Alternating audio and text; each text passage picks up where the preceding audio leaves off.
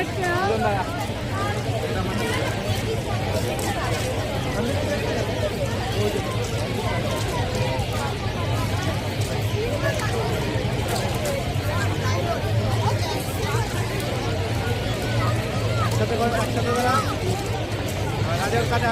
अरे थोड़ा सा वो है बाहर खाना, मतलब क्या पूरा घर का खाना खाना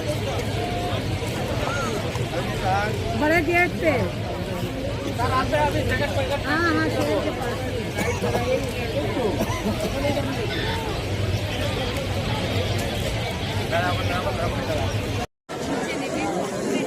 অযথা ভিড় বা ঠেলাঠেলি করবেন না প্রসাদের লাইনে।